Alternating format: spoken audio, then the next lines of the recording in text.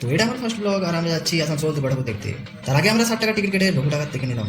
তারপর সিনেমা দেখার পর আমরা বেরিয়ে পড়লাম দুর্গা ঠাকুর দেখতে রবীন্দ্রনগরে, যেখানে এবারের থিম গোপালের রাজবাড়ি।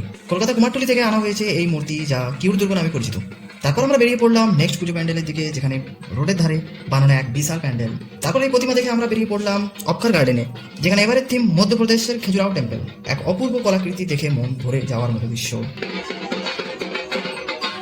এরপর আমরা প্যান্ডেল থেকে বেরিয়ে দই বড়া ইডলি সাম্বার দিয়ে পেট পুজো করে নিলাম। তারপর বেরিয়ে পড়লাম কল্যাণপুর হাউজিং আদি পুজো প্যান্ডেল, যেখানে এবারের থিম মৃত্তিকা। ভারতীয় টেরাকোটা মৃৎশিল্প দিয়ে তৈরি এক দারুণ প্যান্ডেল, এবং এর প্রতিমাও খুব সুন্দর। এরপর চলে গেলাম কল্যাণপুর হাউজিং ওয়ার্ল্ড পার্ক, যেখানে থিম উৎসর্গ। তারপর চলে গেলাম কল্যাণপুর সেক্টর কে, এখানে থিম সৃষ্টি, হারিয়ে যাওয়া আধুনিকতা।